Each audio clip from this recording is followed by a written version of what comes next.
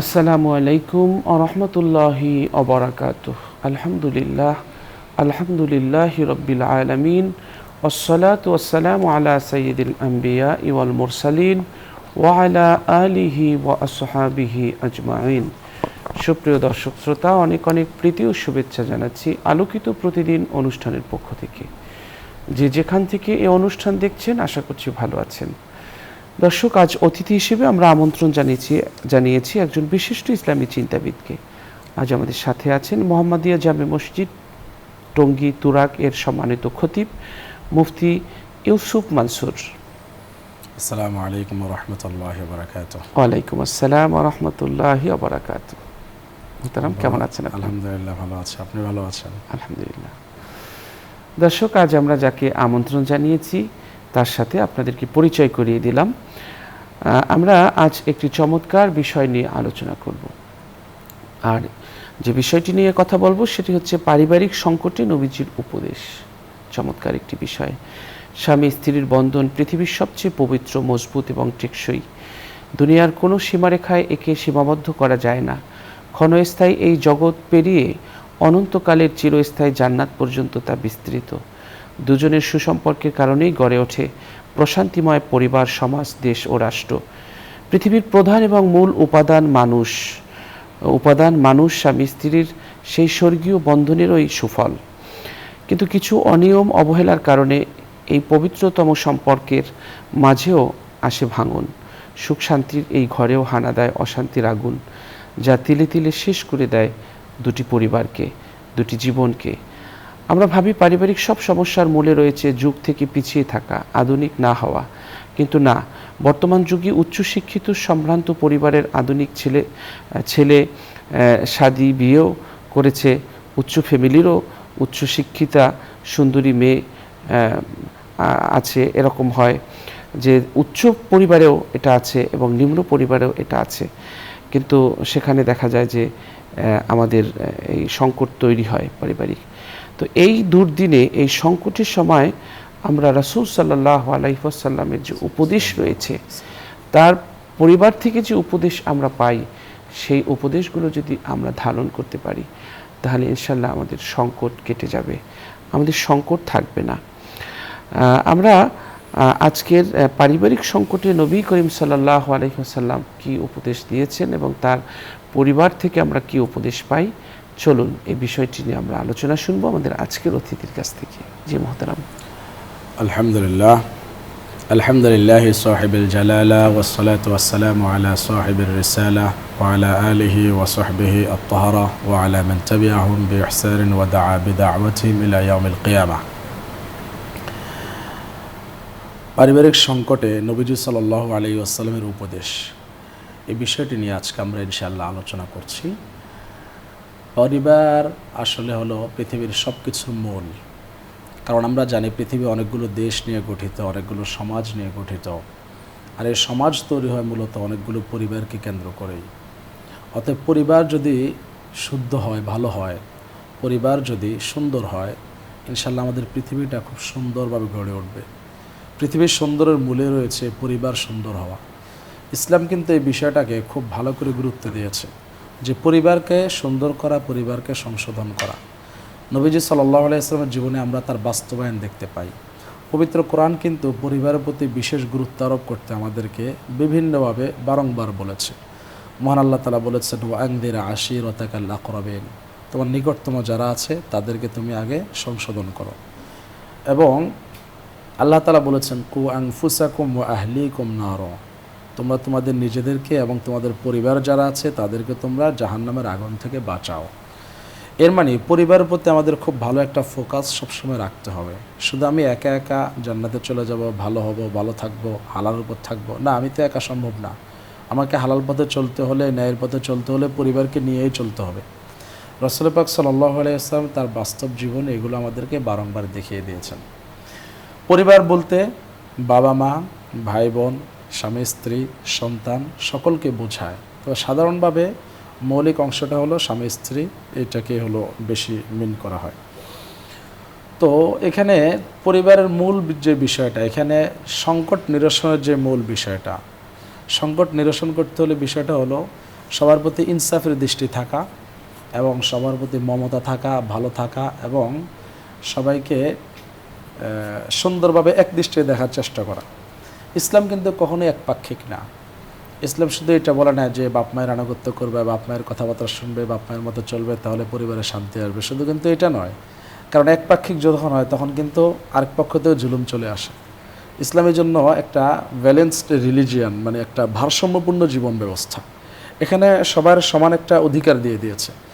স্ত্রীকে যেমন বলেছে স্বামীর আনুগত্য করার জন্য, স্বামীর নির্দেশের বাইরে সে কিছু করতে পারবে না, স্বামীকে সে মানবে, মান্যগণ্য করবে, স্বামীর নির্দেশের বাইরে সে কোথাও যেতে পারবে না, এগুলো যেমন আছে, স্বামীর কাঁধেও কিন্তু অনেক দায়িত্ব আছে। স্ত্রীর প্রতি খোঁজখবর রাখা, তার ভালো মন্দ সব কিছু দেখাশোনা করা, এবং সর্বোপরি একটা নারী আরেক জায়গা থেকে তার বাবার বাড়ি ত্যাগ করে আসছে, তার পরিবার ত্যাগ করে আসছে, এমন একটা জায়গায় আসছে, তাহলে এই লোকের দায়িত্ব এখন চলে আসলো তার সার্বিক দেখাশোনা করা, তার ভালো কল্যাণের দিক, তার অকল্যাণের দিক, সব কিছুর প্রতি খুব ভালো ফোকাস সবসময় তার মধ্যে থাকতে হবে। ইসলাম সে দায়িত্ববোধ সবার মধ্যে জাগরিত করেছে। যে বিখ্যাত হাদিসটি, কুল্লুকুম রাইন ওয়া কুল্লুকুম মাসউলুন আন রাইয়াতিহি, তোমরা প্রত্যেকে দায়িত্বশীল, প্রত্যেকে তার দায়িত্ব সম্পর্কে জিজ্ঞাসিত হবে। এই হাদিসের মূলে কিন্তু পরিবারের কথাই বেশি বলা হয়েছে, যে গৃহকর্তা যিনি, তিনি কিন্তু দায়িত্বশীল, তিনি তার এই দায়িত্ব সম্পর্কে জিজ্ঞাসিত হবেন, যে তিনি তার গৃহকর্তা হিসেবে তিনি তার পরিবারের প্রতি কী দায়িত্ব পালন করেছেন। আবার নারীর কথা বলা হয়েছে, ওয়াল মারআতু রাইয়াতুন ফি আহলি বাইতিহা ওয়া মালি যাওজিহা, এবং একজন নারী সে কিন্তু তার স্বামীর সম্পদ এবং স্বামীর যে পরিবার, এগুলোর ব্যাপারে সে কিন্তু দায়িত্বশীল, সে তার দায়িত্ব সম্পর্কে জিজ্ঞাসিত হবে। তো সেক্ষেত্রে ইসলাম কিন্তু কখনোই এককেন্দ্রিক করে নাই। একটা পরিবারকে সুন্দর করার জন্য, পরিবারের সংকট নিরসন করার জন্য এখানে অনেক দায়িত্ব আছে। পরিবার গৃহকর্তা যিনি, তার যেমন দায়িত্ব রয়েছে, গৃহিণী যিনি, তারও দায়িত্ব রয়েছে, সন্তান যারা হবেন সন্তানদেরও দায়িত্ব আছে, দাদা দাদি যারা আছে, সবাইকে নিয়ে একটা পরিবার, সবাইকে নিয়ে একটা ব্যাপার আছে। ইসলাম এক্ষেত্রে প্রত্যেককে যার যার দায়িত্বে সচেতন করার চেষ্টা করেছে। সবাই যদি যার যার জায়গায় সচেতন হয়, তাহলে কিন্তু পারিবারিক সংকটগুলো দূরীভূত হবে। আমরা শুধু এককেন্দ্রিক কথাবার্তাগুলো হয়তো বেশি শুনি, যে বাপ মায়ের আনুগত্য, বাপ মায়ের আনুগত্য। ওয়াজ মাহফিলগুলোতে সাধারণত এগুলোই কিন্তু বেশি হয়, যে সাধারণত ওয়াজ মাহফিলগুলোতে বাবা মায়ের আনুগত্য করা, বাবার আনুগত্য করা, এই বিষয়গুলো কিন্তু আলোচনা খুব বেশি হয়। কিন্তু সন্তানের প্রতিও যে বাবা মায়ের অনেক দায়িত্ব আছে, এই বিষয়গুলো কিন্তু আলোচনায় খুব কম আসে। যার কারণে আমাদের পরিবারগুলোতে যে অন্যতম সংকট সৃষ্টি হচ্ছে, সংকটের অন্যতম কারণ হলো আমরা সন্তানদের বিষয়ে যে আমরা আমানত করে খেয়াল করি না। আমরা বাবা মা যারা আছে তাদের বিষয়ে আনুগত্যের কথা অনেক বেশি আলোচনা হয় এবং এই বিষয়ে অনেক কেয়ারফুল। একটা ছেলে যদি বাবার সাথে খারাপ আচরণ করে, মায়ের সাথে খারাপ আচরণ করে, আল্লাহ তো তাকে ধরবেন, সেটা তো পরে আছে, কিন্তু সামাজিকভাবে সে এমন একটা ঝামেলায় পড়ে যায়, সবাই তাকে খুব খারাপ হিসেবে চিহ্নিত করে, যে ছেলেটা বাবার সাথে খারাপ আচরণ করছে, মায়ের সাথে খারাপ আচরণ করছে। কিন্তু কোনো বাবা মা যদি সন্তানের বিষয়ে দায়িত্বশীল না হয় এবং সন্তানের সঠিক শিক্ষা দীক্ষা এগুলো যদি না দেয়, এগুলো বিষয়ে কিন্তু সমাজ খুব খারাপ দৃষ্টি দেখে না। মানুষ মনে করে না এটা, কারণ অধিকাংশ মানুষগুলো জানে না যে সন্তান যে আমাদের কাছে বিরাট একটা আমানত, সন্তান তো আমাদের কাছে আসছে। এই যে দেখুন, আল্লাহ তাআলা কিন্তু বলেছেন, ইন্নাম আমওয়ালুকুম ওয়া আওলাদুকুম ফিতনা, তোমাদের সম্পদ এবং তোমাদের সন্তান সন্ততি এটা আল্লাহ তাআলার পক্ষ থেকে পরীক্ষার বস্তু। পরীক্ষার বস্তু মানেটা কি? পরীক্ষার বস্তু মানে হলো যে সন্তান আজকে আপনার আমার আনন্দের কারণ, আমরা বাইরে অনেক ব্যস্ত থাকি, কাজকর্মে থাকি, ঝামেলায় থাকি, অনেক কিছু পোহাই, আমরা যখন বাসায় ফিরে আসি, এই ছোট্ট ছোট্ট সোনামণি সন্তানদের মুখের দিকে তাকালে আমরা আমাদের সব দুঃখ কষ্ট ভুলে যাই। আমরা আমাদের এই যে মেয়েটা মিষ্টি মিষ্টি কথাবার্তা বলে, 2-3 বছর বয়স হয়েছে, বাইরের থেকে যখন আমরা ক্লান্ত শ্রান্ত হয়ে বাসায় ফিরে যাই, আমাদের মেয়েদের হাসি মুখের কথাবার্তা, আব্বু ডাক শুনলে, পাকনা পাকনা কথাবার্তা শুনলে আমাদের মনটা কিন্তু ভরে যায় মুহূর্তে, তাই না? এটা খুব স্বাভাবিক। তো যে সন্তানটা আজকে আমরা তার বাবা ডাক শুনলে, আমরা তার মিষ্টি কথাবার্তা শুনলে, তার পাকনা কথাবার্তা শুনলে আমাদের মনটা ভরে যায়, এই সন্তানটা শুধু একমাত্র আমরা আনন্দ অনুভব করার জন্য আল্লাহ তাআলা দেন নাই। এই সন্তানকে আল্লাহ বলছে, এই সন্তান হলো তোমার জন্য পরীক্ষার বস্তু। তুমি যদি এই সন্তানকে সঠিক শিক্ষা দিতে পারো, দীক্ষা দিতে পারো, সন্তানকে ভালো করে মানুষের মতো মানুষ হিসেবে গড়ে তুলতে পারো, তাহলে কিন্তু এই সন্তান পরবর্তীতে যতদিন বেঁচে থাকবে, ভালো কাজকর্ম করবে, এগুলোর এক একটা কিন্তু সব আমলনামা তোমার আমলনামায় যাবে, ভালো কাজের পুণ্যগুলো তোমার আমলনামায় যাবে। পক্ষান্তরে যদি এই সন্তান বিষয়ে দায়িত্ব জ্ঞানহীন হয়ে আমরা বাবা মারা, এবং যে দায়িত্বগুলো সঠিকভাবে পালন না করি, সন্তানকে যে শিক্ষা দেওয়া দরকার, যে আদর্শ শিক্ষা দেওয়া দরকার, যে নৈতিকতা শিক্ষা দেওয়া দরকার, সচ্চরিত্র শিক্ষা দেওয়া দরকার, তাকে নৈতিকতা, আদর্শ, তারপর সততা, তার মধ্যে কি যেন কমিটমেন্ট রক্ষা করা, এই যাবতীয় যা আছে এগুলো ছোট্টবেলা থেকে গড়ে তোলার বিষয়।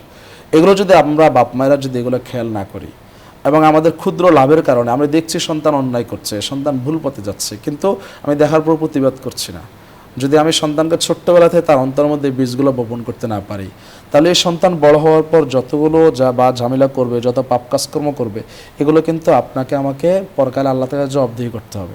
এবং এই যে আমাদের পারিবারিক সংকট যে তৈরি হয়, সন্তান পরবর্তী যখন দুশ্চরিত্রবান হবে, সন্তান যখন খারাপ হবে, এই সন্তান গোটা একটা সমাজের জন্য যখন বিস্ফোরা হয়ে দাঁড়াবে, তখন কিন্তু শুধু সন্তানের উপরে থাকবে না, এটা কিন্তু আমাদের উপরে এসে বর্তাবে। অর্থাৎ পারিবারিক যে সংকটগুলো, যে ঝামেলাগুলো, এগুলো কিন্তু আমরা ছোটোবেলা থেকে চাইলে আমরা সচেতন হতে পারি সন্তানদের বিষয়ে। তো পারিবারিক সংকটগুলো কিন্তু আসলে যেটা বলতে চাই, আসলে এককেন্দ্রিক হয় না কখনোই, যে স্বামী দায়িত্বশীল হয় না এটার কারণে, বা স্ত্রী দায়িত্বশীল হয় না এটা না, বরং অনেকগুলো বিষয়ের সমন্বয় তৈরি হয়। রাসূল পাক সাল্লাল্লাহু আলাইহি ওয়াসাল্লাম প্র্যাকটিক্যালি বাস্তবায়ন করে আমাদের দেখিয়ে দিয়ে গেছেন যে একজন স্বামী স্বামী হিসেবে তার কী দায়িত্ব, স্ত্রী স্ত্রী হিসেবে কী দায়িত্ব, সন্তান সন্তান হিসেবে কী দায়িত্ব, বাবা বাবা হিসেবে কী দায়িত্ব, মা মা হিসেবে কী দায়িত্ব।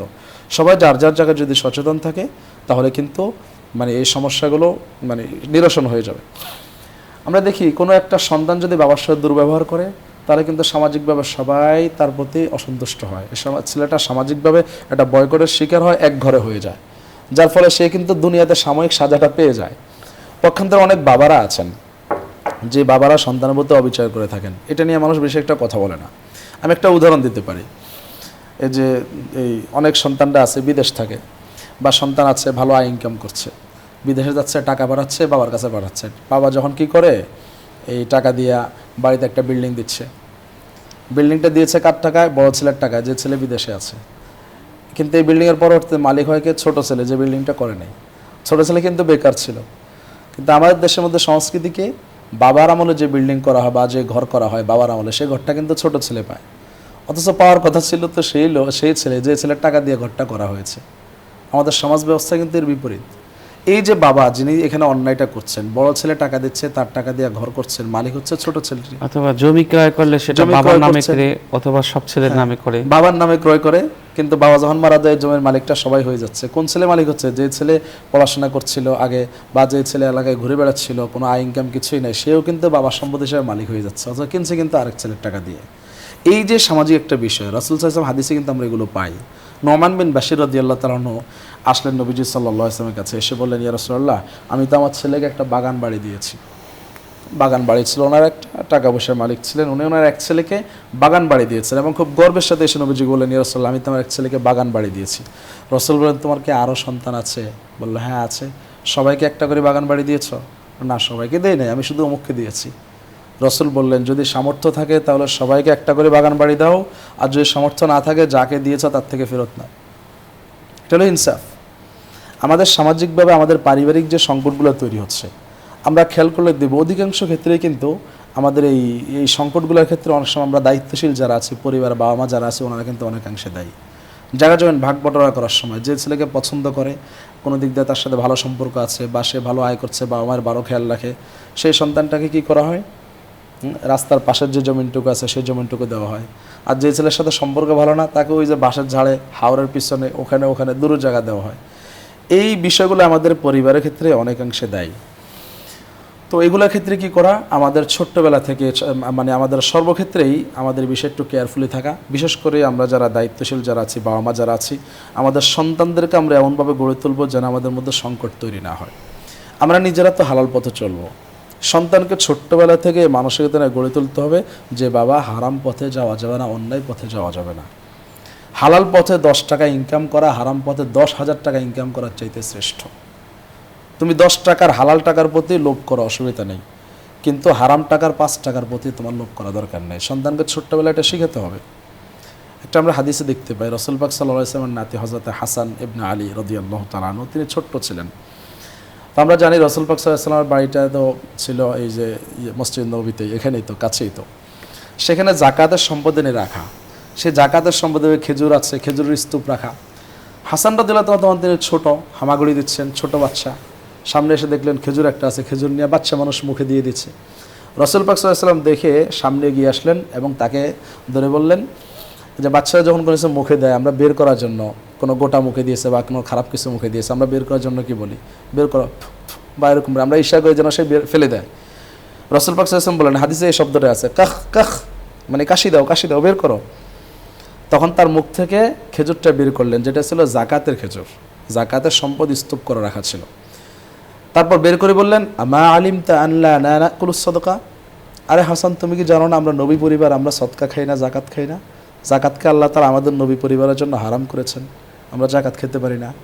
এর মানে রাসূল সাল্লাল্লাহু আলাইহি ওয়াসাল্লামের নিজের বংশের ক্ষেত্রে একটা ছোট্ট বাচ্চা, মাসুম বাচ্চা, তাকে ছোট্টবেলা শিখাবেন যে হারাম খাওয়া যাবে না, হালালের প্রতি তাকে লালায়িত করতে হবে, ছোট্টবেলা থেকে তাকে হালাল হারাম শিখাতে হবে, ছোট্টবেলা থেকে বাচ্চাদেরকে লজ্জা শিখাতে হবে, যে লজ্জা থাকতে হবে। ছোট্টবেলাতে বলা যায় যে না, শরম দেখা যাবে না, মানুষের সামনে হওয়া যাবে না, উলঙ্গ হয়ে গোসল করা যাবে না, এগুলো ছোট্টবেলার শিক্ষা।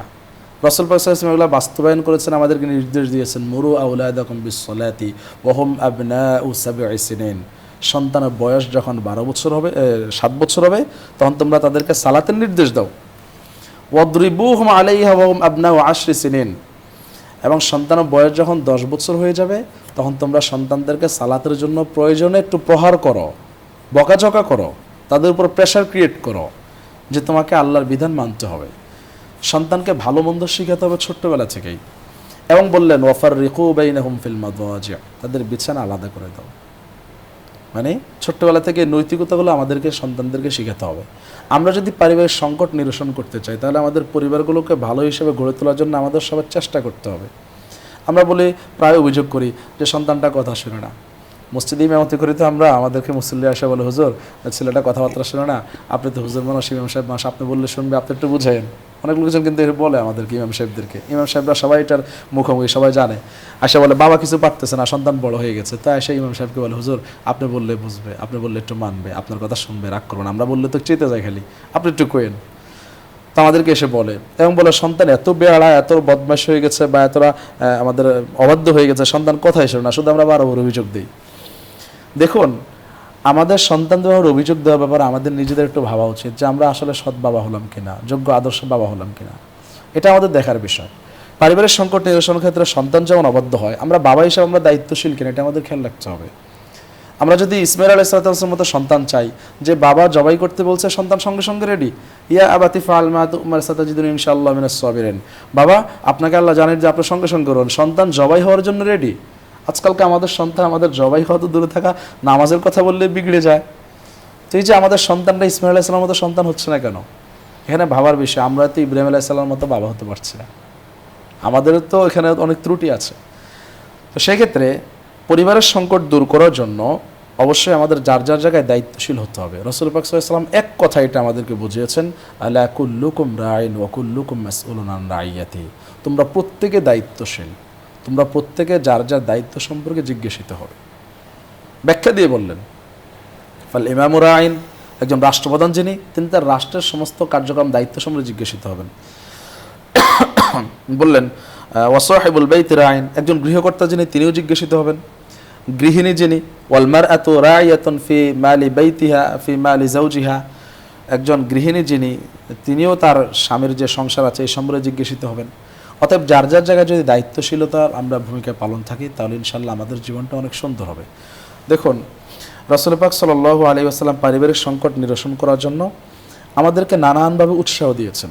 একটি হাদিস আছে, লা তাদরিবু ইমা আল্লাহ, তোমরা আল্লাহর এই যে আল্লাহর বান্দিরা তারা তোমাদের আন্ডারে আছে, তোমাদের স্ত্রী হিসেবে আল্লাহ তাদেরকে দিয়েছেন, তোমরা তাদের প্রতি সদয় আচরণ করো, কখনোই তাদেরকে প্রহার করবে না। ওমর ফারুক রাদিয়াল্লাহু আনহু এসে অভিযোগ করলেন, ইয়া রাসূলুল্লাহ আপনি তো বললেন মাইন না দেওয়ার জন্য, কিন্তু কিছু কিছু নারীরা এত অবাধ্য হয়ে যাচ্ছে, এদেরকে একটু হালকা শাসন টাসন না করলে তো হয় না। জাহির না, হাদিসে আছে যে তারা তো অবাধ্য হয়ে যাচ্ছে, এদেরকে একটু শাসন টাসন তো করতে হয়। রাসূল পাক সাল্লাল্লাহু আলাইহি ওয়াসাল্লাম তখন একটু অনুমতি দিলেন, ঠিক আছে তাহলে প্রয়োজন পড়লে হালকা একটু শাসন টাসন করবো আর কি। কিন্তু এই অনুমতি পাওয়ার পর যারা একটু বদমেজাজি স্বামী যারা আছে, এরা অনেকেই মোটামুটি বেশ কয়েকদিন ভালোই শাসন করলো। নারীরা একদম সিরিয়াল ধরে এসে দল বেঁধে রাসূলের অভিযোগ করলেন যে আপনার অমুক অমুক সাহাবী এমন এমন করেছে। রাসূল পাক সাল্লাল্লাহু আলাইহি ওয়াসাল্লাম নামাজের সালাম ফিরে বললেন, অনেকের স্ত্রীরা আমাদের কাছে এসে অভিযোগ দিয়ে গেছে যে শুনলাম তারা স্ত্রীদের সাথে দুর্ব্যবহার করে, লাইসা উলাইকা মিন খিয়ারিনা, এরা কিন্তু আমাদের মধ্যে ভালো মানুষ না যারা স্ত্রীর সাথে খারাপ আচরণ করে। আর হাদিসে বললেন, খয়রুকুম লিআহলিহি ওয়া আনা খয়রুকুম লিআহলি, তোমাদের মধ্যে সবচেয়ে ভালো সেই লোক যেই লোক তার পরিবারের কাছে ভালো, আর আমি আমার পরিবারের কাছে ভালো। দেখার বিষয়, এখানে বোঝার বিষয়, আমরা অনেকে কিন্তু ভালো। দেখুন, আমরা যারা বিজনেস মানে যে সমস্ত ভাইরা বিজনেস করে, ব্যবসা বাণিজ্য, কাস্টমারের সাথে ব্যবসা বাণিজ্যের খাতিরে কিন্তু ভালো আচরণ করি। চাকরি করছি, বসের সাথে ভালো আচরণ করি, সেটা আমার বিভিন্ন স্বার্থ জড়িত আছে। রাজনৈতিক নেতার সাথে, কর্মীদের সাথে ভালো আচরণ করে, সেখানে স্বার্থ জড়িত আছে। কিন্তু যেই মানুষগুলো আমরা রাজনৈতিক অঙ্গনে, সামাজিক অঙ্গনে অনেক ভালো মানুষ, ব্যবসায়ীর অঙ্গনে ভালো মানুষ, এবং আমরা চাকরির অঙ্গনে ভালো মানুষ, সে মানুষগুলোই কিন্তু আমরা অনেকে আছি বাসায় আসলে ভালো মানুষ না। পরিবারের বাসায় ঢুকলেই পরিবার সবাই আতঙ্কে থাকে, কি না কি হয়। মনে হয় যেন বাসায় একটা গৃহকর্তা আসেন না বা দায়িত্বশীল আসেন না, মনে হয় যেন বাসায় একজন পুলিশ এসেছে, মনে হয় যেন। স্ত্রী ভয়ে থাকে কি না কি করে, সন্তানরা ভয়ে থাকে কি না কি করে। এই যে বিষয়গুলো আমাদেরকে পরিহার করতে হবে। পরিবারের কাছে আমাদের সর্বোপরি একজন ভালো মানুষ হতে হবে। পরিবারে যদি আমরা ভালো মানুষ হতে না পারি, তাহলে কিন্তু আমরা প্রকৃত অর্থে ভালো মানুষ হতে পারবো না। আমরা হয়তোবা সব কিছু শতভাগ ভালো পাবো না। রাসূল পাক সাল্লাল্লাহু আলাইহি ওয়াসাল্লাম বলেছেন যে শতভাগ কেউ ভালো পাবে না। যে কারো স্ত্রী যদি খারাপ হয়ে থাকে, ইনসাখিতা মিনহা খুলুকান রাদিয়া মিনহা আখার, একদিক যদি খারাপ পড়ে আরেক দিক ভালো পড়বে। লা ইয়াফরাকু মুমিনুন মুমিনাতান, একজন মুমিন মুমিনাকে, অর্থাৎ একজন হাজবেন্ড কখনো তার স্ত্রীকে ঘৃণা করতে পারে না। ইয়াফরাক করতে হলে ঘৃণা করা, কখনোই ঘৃণা করতে পারে না, তাকে পরিত্যাগ করতে পারে, তাকে তুচ্ছতাচ্ছিল্য করে উপস্থাপন করতে পারে না, এটা কখনোই উচিত না।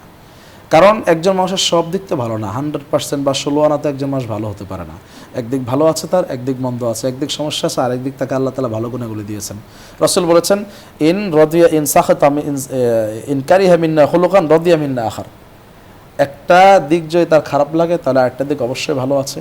সেই জন্য ধৈর্যের সাথে থাকা। আমরা নিজেরা যারা আছি, আমরা নিজেরাও তো শতভাগ পারফেক্ট না, আমাদের মধ্যে অনেক দোষ ত্রুটি আছে। সেজন্য পরিবারের সংকট নিরসন করার জন্য প্রচুর পরিমাণ ধৈর্য ধারণ করতে হবে। মানুষের ভালো দিকগুলো দেখতে হবে, খারাপ দিকগুলো না দেখে খারাপগুলো অ্যাভয়েড করে চলতে হবে। আল্লাহ তাআলা এটা কোরআনে ঘোষণা, ফাআফু আনহুম ওয়াস্তাগফির লাহুম, একটু এড়িয়ে চলো, ক্ষমা করে দাও। ইরহামু, দয়া করো। ইরহামু মান ফিল আরদি ইয়ারহামুকুম মান ফিস সামা, জমি তোমাদের আন্ডারে যারা আছে তোমরা তাদের প্রতি ভালো আচরণ করো, আসমানে যিনি আছেন তিনি তোমাদের সাথে ভালো আচরণ করবেন। এই যে পরিবারের সংকট নিরসন করার জন্য প্রচুর ধৈর্যের দরকার। আমরা কিন্তু দেখুন ভাই, অনেক ক্ষেত্রে আমরা ছোটোখাটো বিষয়ে আমরা অনেক এক্সাইটেড হয়ে যাই, অনেক রাগ ধরে যায় আমাদের। মানে বাসায় আসলে অনেক সময় দেখা যাচ্ছে সন্তান দুষ্টমি করছে, এলোমেলো করছে, রাগ ধরে যায় আমাদের। এই রাগগুলোকে কন্ট্রোল করতে হবে, রাগগুলোকে কন্ট্রোল করতে হবে। এলোমেলো অনেক কিছু দেখে হয়তো আমাদের মানে সব কিছু আমাদের মন মাফিক হবে না। সন্তানের কোনো আচরণ আমাদের খারাপ লাগছে না, তাকে ঝাড়ি দেওয়া যাবে না, বকা দেওয়া যাবে না, তার সাথে মিশতে হবে। মিশে খুব মানে আন্তরিকতার সাথে, দয়ার সাথে, আন্তরিকতা নিয়ে তাকে আপন মনে করে এবার তাকে উপদেশ দিতে হবে। যে তাকে এমনভাবে বলে তাহলে কিন্তু সে মানবে। রাসূল পাক সাল্লাল্লাহু আলাইহি ওয়াসাল্লাম একটি হাদিস আছে, হযরত উম্মে সালামা রাদিয়াল্লাহু তাআলা আনহা, উনি রাসূল সাল্লাল্লাহু আলাইহি ওয়াসাল্লামের স্ত্রী ছিলেন, উম্মাহাতুল মুমিনিন। আগে ওনার আরেক জায়গায় বিয়ে হয়েছে, তো সেই জায়গায় যখন স্বামী ইন্তেকাল করলেন বা ডিভোর্স হয়ে গেল, তিনি যখন সেখান থেকে আসলেন, আসার সময় তার ওই ঘরের একটা সন্তান ছিল, সন্তান নাম হলো আব্দুল্লাহ। তো আব্দুল্লাহ নবীজির ঘরে থাকতেন, এখানে খাওয়া দাওয়া করতেন। যখন খাবার খেতে বসতেন, ছোটো বাচ্চা স্বাভাবিকভাবেই হাত এখানে ওখানে, এখান থেকে একটু খায়, এখান থেকে একটু খায়। রাসূল পাক সাল্লাল্লাহু আলাইহি ওয়াসাল্লাম সুন্দর করে বললেন, ইয়া গোলাম কুল বিয়ামিনিকা, এ বাবা শোনো, ডান হাত দিয়ে খাও। কুল মিম্মা ইয়ালিকা, তোমার সামনের দিক থেকে খাও, এখান থেকে না। ওকুল বিসমিল্লাহ, আল্লাহর নাম নিয়ে খাও। বিসমিল্লাহ বলে শুরু করবা, ডান হাত দিয়ে খাবা, এবং তোমার সামনের দিক থেকে খাবা, এখান থেকে না। সুন্দর করে এটা বুঝিয়ে দিলেন। হযরত আনাস রাদিয়াল্লাহু আনহু বলছেন যে আমি রাসূল খাদামতুন নবী সাল্লাল্লাহু আলাইহি ওয়াসাল্লাম 10 সিনিন, আমি টানা 10 বছর পর্যন্ত নবীজির খেদমত করেছি। এই 10 বছরের মধ্যে আমি তো ছোট্ট বাচ্চা ছিলাম, 8-10 বছরের শিশু বাচ্চা, এলোমেলো করারই কথা, এদিক যেতে বললে ওদিক যাবে, কাজ করতে গেলে হয়তো খেলার মাঠে গিয়ে খেলাধুলা লেগে গেল, খুব স্বাভাবিক বিষয়। তিনি বলছেন যে এই 10 বছর আমি কত ভুল করেছি, ছোট বাচ্চা হিসেবে ভুল তো হতেই পারে, কিন্তু তিনি বলছেন ফামা ক্বালা লিশাইইন ফাআলতুহু লিমা ফাআলতা ওয়ালা লিশাইইন তারাকতাহু লিমা তারাকতা, কোনো কাজ আমি করেছি, নবীজি এসে আমাকে ঝাড়ি দিয়ে বলেন এই কাজটা কেন করেছো। কোনো কাজ ছেড়ে দিয়েছি, এসে বলেন না এই কাজটা কেন ছেড়ে দিয়েছো। এর মানে তিনি কখনোই রাগ করতেন না, ধমক দিতেন না। আমাদের এই জীবনে এই জিনিসটা খুব প্রয়োজন। এক সাহাবী বললেন, রাসূলুল্লাহ আমাকে একটু উপদেশ দিন। রাসূল বললেন তুমি রাগ করবে না। ইয়া রাসূলুল্লাহ ঠিক আছে রাগ করবো না, একটু উপদেশ দেন। রাসূল বললেন তুমি রাগ করবে না। বুঝলাম ইয়া রাসূলুল্লাহ রাগ তো করবো না, একটু উপদেশ দেন, কী করতে পারি, কী পালন করতে পারি। রাসূল বললেন তুমি রাগ করবে না। 3 বারই বললেন রাগ করবে না। রাসূল জানতেন সেই লোকের মধ্যে রাগ করার প্রবণতা আছে। তো আমরা অনেক সময় সন্তানদের কোনো আচরণে, ছোট বাচ্চা বা বড় হয়েছে তাদের আচরণ আমরা অনেক কষ্ট পাই, এটা তৎক্ষণাৎ প্রতিক্রিয়া না দেখে ধৈর্যের পরিচয় দেওয়া। স্ত্রীর কোনো আচরণ আমাদের খারাপ লাগছে, ধৈর্যের পরিচয় দেওয়া। রাসূল আমাদের বারবার শিখিয়ে গেছেন, দাঁড়ানো অবস্থায় রাগ এসেছে বসে পড়ো, বসা অবস্থায় রাগ ধরেছে তাহলে শুয়ে পড়ো, ঘর থেকে বেরিয়ে যাও, কথাবার্তা না বলা, চরম ধৈর্যের পরিচয় দিতে হবে। শতভাগ তো কারোর সাথে পরিপূর্ণ মিলে না। একটা পরিবার, এটা একটা বন্ডিং, এখানে স্ত্রী আছে, স্বামী আছে, সন্তান আছে, পরিবার অন্যান্য সদস্যরা আছে, সবার সাথে সবার শতভাগ মিলবে না। তবে এখানে কি করতে হবে, একটু দয়ার দৃষ্টিতে চলতে হবে এবং একটু ক্ষমা ধৈর্যের সাথে চলতে হবে। এই বিষয়গুলো যদি আমরা করতে পারি তাহলে ইনশাল্লাহ আমাদের পরিবারগুলো অনেক সুন্দর হবে বলে আশা করা যায়। আল্লাহ আমাদের তৌফিক দান করুন। মোহতারাম, অনেক অনেক ধন্যবাদ আপনাকে। দর্শক, আমরা অনুষ্ঠানের এই পর্যায়ে একটি মোনাজাত করব। আপনারাও চাইলে আমাদের সাথে মোনাজাতে শরীক হতে পারবেন। আল্লাহুম্মা সাল্লি আলা মুহাম্মদ ওয়া আলা আলি মুহাম্মদ কামা সাল্লাইতা আলা ইব্রাহিম ওয়া আলা আলি ইব্রাহিম ইন্নাকা হামিদুম মাজিদ। আল্লাহুম্মা বারিক আলা মুহাম্মদ ওয়া আলা আলি মুহাম্মদ কামা বারাকতা আলা ইব্রাহিম وعلى آل إبراهيم إنك حميد مجيد. اللهم آمين. ربنا ظلمنا أنفسنا وإن لم تغفر لنا وترحمنا لنكونن من الخاسرين. اللهم آمين. ربنا آتنا في الدنيا حسنة وفي الآخرة حسنة وقنا عذاب النار. আমিন।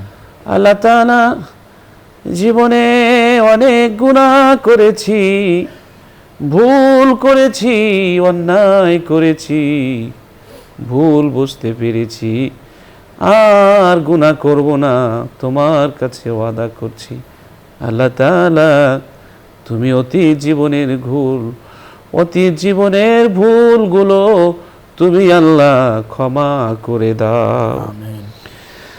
জানি না কোন দিন বিদায়ের চিঠি চলে আসবে, জানি না কোন দিন জীবন থেমে যাবে, জানি না কোন দিন হায়াত নামক ঘড়ির কাঁটা সোজা হয়ে যাবে, জানি না কোন দিন শেষ নিঃশ্বাসের ঢেউ আছড়ে পড়বে, জানি না কোন দিন ফেরেশতারা সবার মাঝ থেকে অজানা অচেনা এক জগতে নিয়ে যাবে, জানি না কোন দিন নিজের ঘর বাড়ি ছাড়তে হবে, পরিচিত মানুষদেরকে ছাড়তে হবে, পরিবারের সদস্যগুলোকে ছেড়ে দিয়ে চলে যেতে হবে জনমের মতো। আল্লাহ, ছোট্ট একটি জীবন তুমি এনেছো, ঘুরাইয়া ফিরাইয়া আবার নিয়ে যাবা। এই ছোট্ট জীবনে তুমি যেই জীবনের লক্ষ্য নিয়ে এনেছো, লক্ষ্য তো বাস্তবায়ন করতে পারি নাই, কি জবাব দেব তোমার কাছে? আল্লাহ তাআলা, জীবনকে পরিশুদ্ধ করার মতো আবারই তো সুযোগ তুমি দিয়েছিলে, হাতছাড়া করে ফেলেছি। প্রতিটি নতুন সূর্য আমার জন্যে সংশোধনের সুযোগ ছিল, আমি সেটাকে মিসইউজ করে ফেলেছি। আল্লাহ, যেদিন তুমি ডাক দিবা কি নিয়ে হাজির হব, যেদিন সাদা কাপড় দিয়ে মুড়িয়ে দিবে, চোখের পানি দিয়ে সাদা কাপড় ধুয়ে দিবে, দুনিয়ার সব সম্পর্ক ছিন্ন করে মাটির বিছানায় মাটির নিচে রেখে আসবে, ওই দিন আমার তো আপন বলতে কেউ থাকবে না তুমি ছাড়া। মালিক, তুমি আমাদের আপন হয়ে যাও, তুমি অতীত জীবনের ভুলগুলো পাপগুলো ঢিসমিস করে দিয়ে তোমার রহমতের কোলে তুমি তুলে নাও। আল্লাহুম্মা আমিন। এই অনুষ্ঠানের পৃষ্ঠপোষক বসুন্ধরা গ্রুপের চেয়ারম্যান, আল্লাহ তাকে নেক হায়াতে তৈয়্যিবা নসিব করো। আমিন। বসুন্ধরা গ্রুপের সবগুলো প্রতিষ্ঠান কবুল করো। আমিন। আমরা যারা অযোগ্য এই অনুষ্ঠানে কথা বলি, আমরা যারা শুনি, আল্লাহ আমাদের সকলকে নাজাতের উসিলা বানায় দাও। এই অনুষ্ঠান নাজাতের উসিলা বানায় দাও। রব্বিরহামহুমা কামা রব্বায়ানি সগীরা রব্বিরহামহুমা কামা রব্বায়ানি সগীরা। আমিন। আল্লাহ তাআলা যাদের অভাব আছে দূর করে দাও, আমিন। যাদের কাজ লাগবে ব্যবস্থা করে দাও, আমিন। যাদের পেরেশানি আছে দূর করে দাও, আমিন। যারা সংকটে আছে সংকট উত্তরণ করে দাও, ঈমানের সাথে মরণ দিও, মরণের সময় কালিমা নসিব করে দিও, আমিন। মরণের কষ্ট দূর করে দিও, আমিন। মরণের পরে আল্লাহর প্রিয় বান্দাদের মধ্যে, আল্লাহ তোমার প্রিয় বান্দাদের মধ্যে শামিল করে নিও, আমিন। তোমার জান্নাতে স্থায়ীভাবে থাকার বন্দোবস্ত করে দিও, আমিন। জাহান্নাম আমাদের জন্য তুমি হারাম করে দিও। সুবহান রাব্বিকা রাব্বিল ইজ্জাতি আম্মা ইয়াসিফুন ওয়া সালামুন আলাল মুরসালিন ওয়ালহামদুলিল্লাহি রাব্বিল আলামিন। আমিন আমিন। দর্শক, দীর্ঘ সময় আমাদের সাথে যারা থেকেছেন সকলকে অনেক অনেক ধন্যবাদ। আগামীকালকের অনুষ্ঠান দেখার আমন্ত্রণ রেখে আজ আমরা এখানেই শেষ করছি। আল্লাহ হাফিজ।